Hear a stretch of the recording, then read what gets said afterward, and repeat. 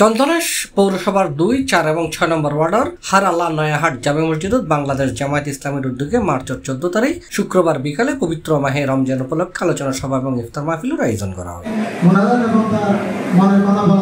এতে চন্দনেশ পৌরসভা জামায়াত ইসলামীর সাধারণ সম্পাদক শফিল আলমের সঞ্চালনায় চন্দনেশ পৌরসভার আমির কাজী কুতুবুদ্দিনের সভাপতিত্বে প্রধান অতিথি হিসেবে উপস্থিত আছেন বাংলাদেশ জামায়াত ইসলামী চট্টগ্রাম 14 আসনের মনোনীত প্রার্থী ডাক্তার শাহাদাত হোসেন।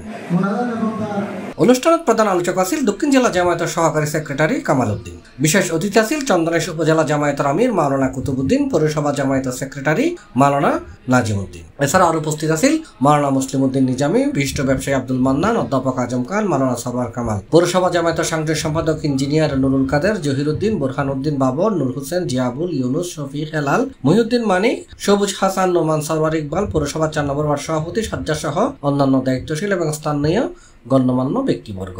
আলোচনা সভা শেষে দোয়া এবং মুনাজাতের মধ্য দিয়ে অনুষ্ঠানের সমাপ্তি ঘটে।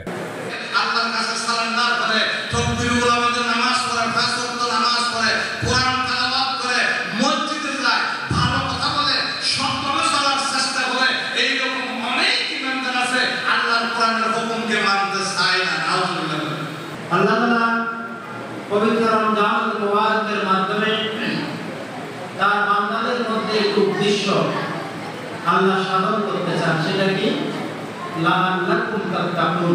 আমরা নামাজ পড়তেছি, নামাজটা অন্য পার্শ্ববর্তী মুসল্লিরা দেখতেছেন, আমি যাকাত দিতেছি, আশেপাশের লোকেরা, আমি দুপুরে দিলেও আশেপাশের লোকেরা এটা জেনে যায়।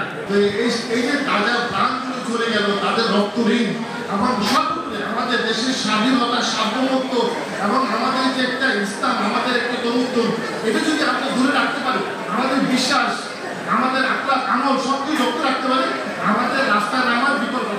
C+ TV Chittagong.